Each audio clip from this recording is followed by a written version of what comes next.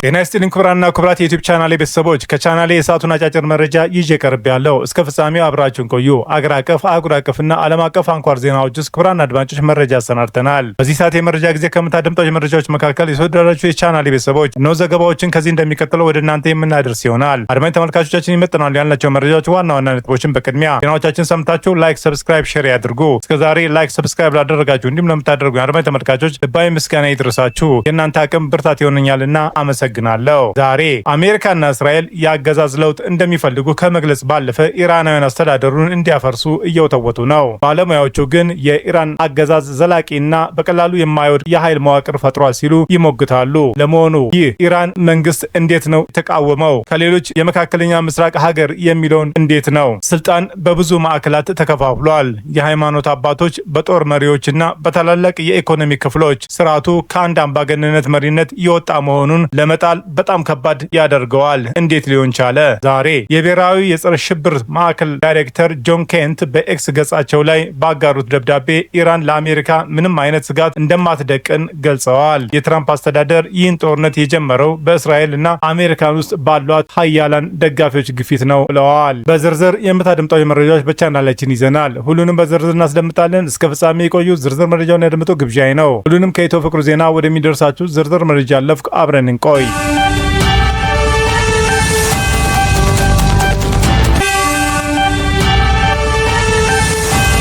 የኢራን መሪዎች በሌሉበት ጸንታ የቀጠለች ሀገር። የአውሮፓውያኖቹ 1979ን አብዮት ተከትሎ ወደ ስልጣን የመጣው የኢራን አመራር ከ4 አስርት ዓመታት በላይ በኋላ እጅግ አስከፊ የሚባለውን ጊዜ እያሳለፈ ነው። ዩናይትድ ስቴትስ እና እስራኤል በጋራ በከፈቱት ጥቃት ጠቅላይ መሪውን አያቶላ አሊ ኻሜኒን እና ሌሎች ከፍተኛ የጦር አዛዦችን ተገለዋል። ቁልፍ መሰረተ ልማቶችም ወድመዋል።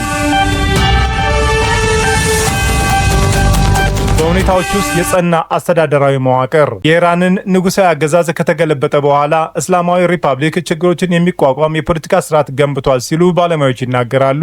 ይህ በጥብቅ ቁጥጥር ስር ያለ ተቋማት፣ ርዕዮተ ዓለም አስተምህሮቶች እና የሊቃን አንድነትና የተበታተነ ተቃዋሚን ያካተተ ነው። ስርዓቱ እንደ ሃይደር ያለ መዋቅር ነው ያለው። ይህ እጽዋት እንደ ቅርንጫፍ ሲቆረጡ አዲስ ቅርንጫፍ ተመልሶ ይበቅላል ይላል በቤልጅየም በሚገኘው የአውሮፓ የጂኦፖለቲካል ተቋም የመካከለኛ ምስራቅ ተመራማሪ የሆኑት ሴባስቲን ቡሳይስ የጠቅላይ መሪውን የአሊ ኻሜኒ ልጅ ሙጃታብ ኻሜኒ አባታቸው ከተገደሉ ከሳምንት በኋላ ተተኪ ሆኖ ለመንበር ተሰይመዋል። የአባታቸው ጠንካራ አገዛዝ እንደሚቀጥልም በሰፊው ይጠበቃል።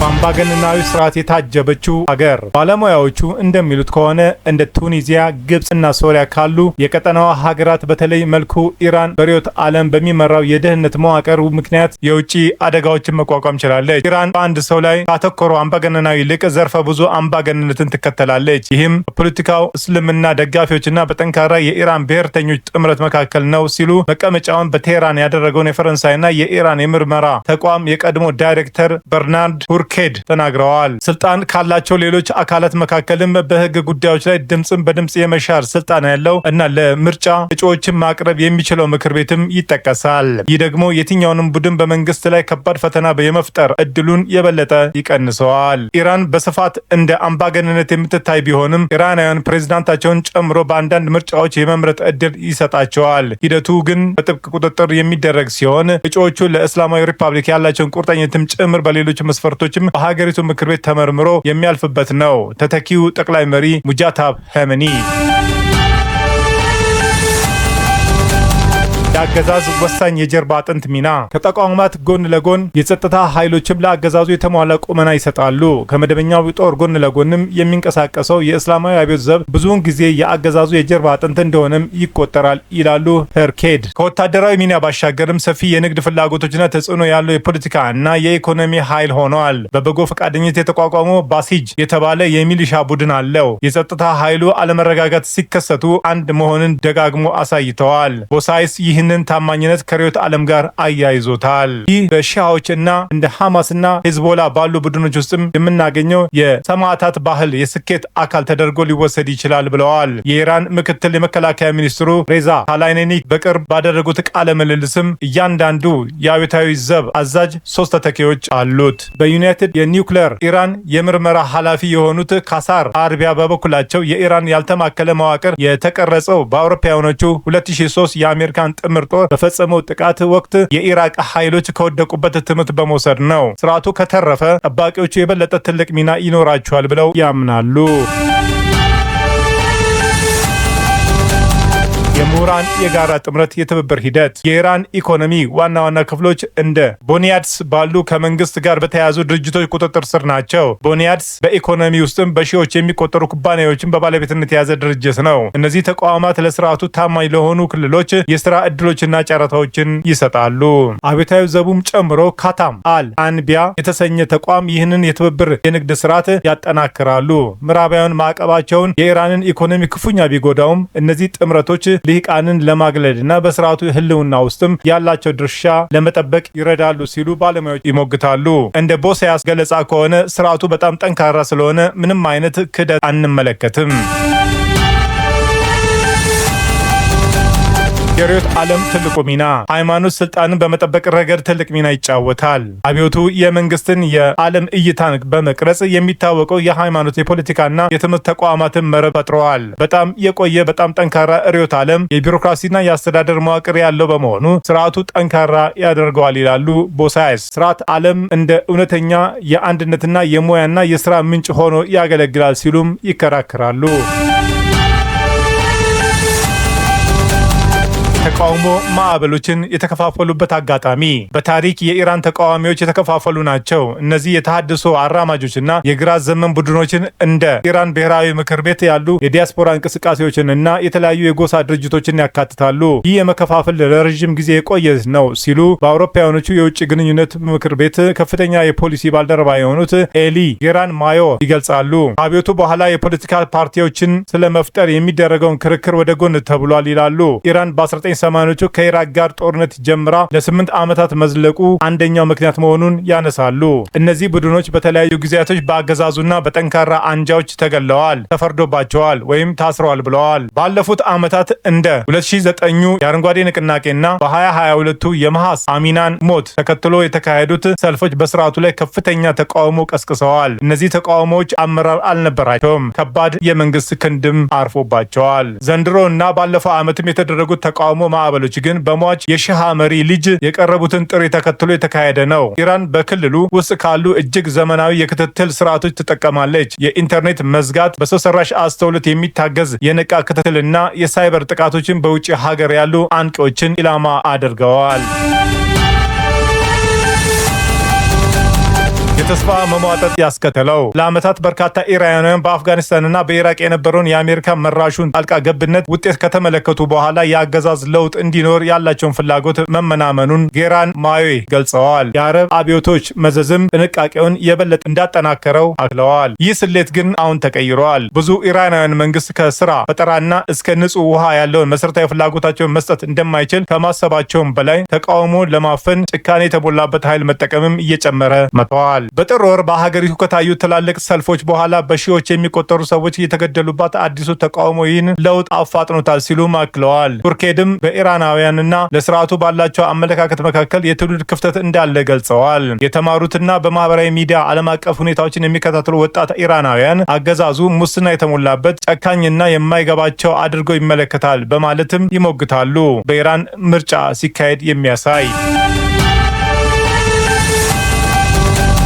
የሁሉም ስርዓት ማብቂያ አለው። ተንታኞች እንደሚሉትም አምባገነን ስርዓቶች የሚወድቁበት 3 ሁኔታዎች ሲጣመሩ ነው። እነሱም ህዝባዊ ንቅናቄ፣ የገዢው ልሂቃን መከፋፈልና የጸጥታ ኃይሎች መኮብለል ናቸው። ባለፈው ጊዜያትም ኢራን በአብዛኛው የመጀመሪያው አጋጥሟት የነበረ ቢሆንም ቀሪዎቹ 2 አለመኖራቸው ባለሙያዎች ይገልጻሉ። ቱርኬድ የእስላማዊ ሪፐብሊክ ፍጻሜ የማይቀር ነው ብለው ቢያምኑም በቅርቡ ይሆናል የሚለው ላይ ግን ጥርጣሬ አላቸው። ሁሉም አገዛዝ መጨረሻ አለው። ዋናው ጥያቄ የጊዜው ቅደም ተከተል ጉዳይ ነው። አያቶላህ አሊ ኻሜኒ ሞት ለገዢው አገዛዝ መያዝ ትልቅ ጉዳት እንደሆነም ይከራከራሉ። እንደ እሱ ያለ ሌላ ሰው አይኖርም። የሱን ተተኪ ኸሜኒም የነበረ አይነት ስልጣን በፍጹም አይኖርም። ቦሳይስ ግን በእስላማዊ ሪፐብሊክ ውድቀት እርግጠኛ እንዳልሆነ ይናገራሉ። ከአገዛዙ ውጪ ወታደራዊ ጣልቃ ገብነት ከተሳካ የሚከተሉት ነገር የከፋ ሊሆን እንደሚችልም አስጠንቅቀዋል። ዶናልድ ትራምፕ ቀደም ሲልም ለኒውዮርክ ታይምስ እንደተናገሩት የአሜሪካ የቀድሞ የቬንዙዌላ ፕሬዝዳንት ኒኮላስ ማዱሮን መያዝ ለኢራን ትልቅ ማሳያ እንደሚሆንም ተናግረዋል።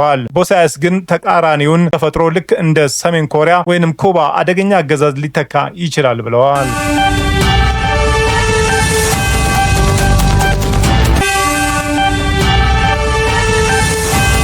ተቃዋሚ የጸረ ሽብርተኝነት ከፍተኛ ባለስልጣን ማን ናቸው? የፕሬዝዳንት ትራምፕ አስተዳደር የጸረ ሽብርተኝነት ከፍተኛ ባለስልጣን የሆኑት ጆን ኬንት የኢራንን ጦርነት በመቃወም ከኃላፊነታቸው ሲለቁ እና ፕሬዝዳንቱ ጦርነቱ ላይ የያዙትን አካሄድ እንዲቀይሩ አሳሰቡ። የ45 ዓመቱ ጎልማሳ ኬንት የአሜሪካ ልዩ ኃይልና የስለላ ድርጅቱ ሲአይኤስ የቀድሞ አባል የነበረ ሲሆን ባለቤታቸው በባህር ኃይል ባልደረባ የነበረችና ሻኒን ኬንት በአውሮፓውያኖቹ 2019 ሶሪያ ውስጥ በአጥፍቶ ጠፊ ቦምብ ተገላባቸዋለች። የኬንት ስልጣን መልቀቅን በተመለከተ ቢቢሲ ከአሜሪካ ፕሬዝዳንት ጽህፈት ቤት አስተያየቱን ጠይቀዋል። ጆን ኬንት ስልጣን ከመልቀቁ ባሻገርም አሜሪካና እስራኤል በኢራን ላይ የከፈቱትን ጦርነት በመተቸት በትራምፕ አስተዳደር ውስጥ ከፍተኛ ባለስልጣን ናቸው። በደብዳቤያቸው ላይም ኬንት ቀደም ሲል የትራምፕ ለፕሬዝዳንትነት ያቀረቡትን የውጭ ጉዳይ ፖሊሲ የመወዳደሪያ አጀንዳ ይደግፉ እንደነበረ እንዲሁም እስከ ባለፈው ዓመት ድረስም ትራምፕ በመካከለኛው ምስራቅ የተደረጉ ጦርነቶችን በአሜሪካውያን ውድ ህይወት የነጠቁና የሀገራቸውን ሀብትና ብልጽግና ያሳጣ የሚል መሆናቸውን ባለው ይረዱ ነበር የሚለውን እምነት እንደነበራቸው ገልጸዋል። በተጨማሪ ኬንት ከፍተኛ የእስራኤል ባለስልጣናትና ተጽዕኖ ፈጣሪ የአሜሪካን ጋዜጠኞች የተሳሳተ መረጃ አስፋፍተው ትራምፕ እድሜያ ለአሜሪካ የሚለውን አጀንዳቸውን ችላ እንዲሉ አድርጓቸዋል ሲሉም ከሰዋል። የኃላፊነት መልቀቂያ ደብዳቤያቸውን አክለውም ይህ ሲስተጋባ የነበረው ነገር ኢራን በአሜሪካ ላይ የማይቀር ስጋት እንደጋረጠች እንደሚያምኑ ለማሳሳት ጥቅም ላይ ውለዋል፣ ነገር ግን ውሸት ነበረ ብለዋል። የትራምፕ የረዥም ጊዜ ደጋፊ የነበሩት ኬንት ለአሜሪካ ህግ መወሰኛው ምክር ቤት አባልነት 2 ጊዜ ተወዳድረው ያልተሳካላቸው ሲሆን ባለፈው ዓመት ሐምሌ ወር ላይ በጠባብ ድጋፍ ነበር ሹመታቸውን ተቀባይነት ያገኘው። የአሜሪካ ብሔራዊ የጸረ ሽብርተኝነት ማዕከል ዳይሬክተር ስልጣንን ለመቀበል ምክር ቤት በቀረቡበት ጊዜ ብዙ ዲሞክራቶች ኬንት ከአክራሪ ቡድኖች ጋር ግንኙነት አላቸው በማለት ተችተዋቸው ነበር። ስልጣናቸውን በጸደቀበትም በሴኔት ስብሰባ ኬንት ትራምፕ በጆን ባይደን መሸነፋቸውን ተከትሎ በአሜሪካ ምክር ቤት ህንፃ ውስጥም የተከሰተው ግርግር የፌዴራል ኃይሎች ቀስቅሰውታል የሚለውን ክስ እና ትራምፕ በ2020 ምርጫ አሸንፈዋል የሚለውን አቋማቸውን ለመቀየር ሳይፈቅዱ ቀርተዋል። በብሔራዊ ጸረ ሽብርተኝነት ማዕከል ዳይሬክተር ሆኖ ተጠሪነታቸው ለአሜሪካ ብሔራዊ መረጃ ዳይሬክተር ቱልስ ጋባርድ ሲሆን በዓለም ዙሪያ ሊከሰቱ የሚችሉ የሽብር አደጋዎችን ትንተናና ምርመራን በበላይነት ይቆጣጠሩ ነበር። በኢራቅ የሚገኘውን የአሜሪካ ጦር ልዩ ኃይል ጨምሮ ጆን ኬንት ቀደም ሲል ከአሜሪካ ጦር ሰራዊት ጋር 11 ጊዜ ወደ ባህር ማዶ ለግዳጅ ተሰማርተዋል። በኋላ ላይም ባለቤታቸው ሶሪያ ውስጥ ከተገደሉ በኋላ የመንግስት አገልግሎትን ከመልቀቃቸው በፊት በሀገሪቱ የስለላ ተቋም ሲአይኤ ውስጥም የፓራሚሊተሪ መኮንን ሆነው አገልግለዋል። ኬንት የባለቤታቸው ሞትና በአሜሪካ ሰራዊት ውስጥ ስለሰጡት አገልግሎት በደብዳቤያቸው ላይ ከኢራን ጦርነት ጋር አያይዘው ጠቅሰዋል። ቀጣዩን ትውልድ የአሜሪካንን ህዝብ በማይጠቅምና አሜሪካውያንን በህይወታቸው የሚከፍሉትን ዋጋ ትክክለኝነት ወደማያረጋግጥ ጦርነት መላክን ልደግፍ አልችልም በማለት አሜሪካን ከኢራን ጋር የገባችበትን ጦርነት ተቃውመዋል። ከኢራን ጦርነት በፊትም በትራምፕ አስተዳደር ውስጥም በርካታ ከፍተኛ ባለስልጣናት ኃላፊነታቸውን መልቀቃቸው ይታወቃል። ነገር ግን አንድ ዓመት ባለፈው ሁለተኛው የስልጣን ዘመናቸው እምብዛም የስልጣን መልቀቅ ጥያቄ አላጋጠማቸውም። ትራምፕ ከእስራኤል ጋር በማበር በከፈቱት ጦርነት ምክንያትም የተለያዩ ወገኖች ትችት እያቀረቡባቸው ሲሆን በከፍተኛ ባለስልጣናቶች የተቃውሞና ኃላፊነት መልቀቅ ሲያጋጥማቸው ጆን ኬንት የመጀመሪያው ናቸው። የዋይት ሃውስ ፕሬስ ክፍል ኃላፊ ካሮላይን ሌቪት ኢራን ምንም ስጋት አልደቀነችም የሚለውን ዲሞክራቶችና አንዳንድ ሊበራል መገናኛ ብዙሃን የሚያቀርቡትን ሐሰተኛ ክስ ኬንት አስተጋብተዋል ሲሉ ወቅሰዋቸዋል። አለቀባዩም ጨምሮ ፕሬዝዳንት ትራምፕ በግልጽ እንደጠቀሱት ኢራን ቀድሞ በአሜሪካ ላይ ጥቃት ልትፈጽም እንደነበረ ጠንካራና አሳማኝ ማስረጃ ነበራቸው ብለዋል። እንዲሁም ኬንት ትራምፕ ውሳኔ ያሳለፉት በሌሎች ተጽዕኖ እንዲሁም በሀገራቸው ጫና በማለት ስድብና የሚያስቅ ነገር ነው በማለት ሌቪት ተችተዋል። ወግ አጥባቂ የመገናኛ ብዙሃን ተንታኝ ተከር ካርልስ ከኒውዮርክ ታይምስ ጋር ባደረጉት አጭር ቃለ ምልልስም በግል የቀረበ ግንኙነት ያላቸው ከስልጣን የለቀቁት ጆን ኬንት አድንቋቸዋል። ጆን ከማውቃቸው ሰዎች ደፋር ነው፣ እንዲሁም በቀላል ችላ የሚባል ሰውም አይደለም ብለዋል። ካርለስ በጣም አስተማማኝ የደህንነት መረጃ የሚያስገኝለትን ስራ ነው የሚለቀው። በዚህ የተነሳ አዲሶች ወግ አጥባቂዎቹ ሊጠይቁት ሊሞክሩ ይችላሉ ብለዋል። የመረጃ ምንጭ አስነብበዋል።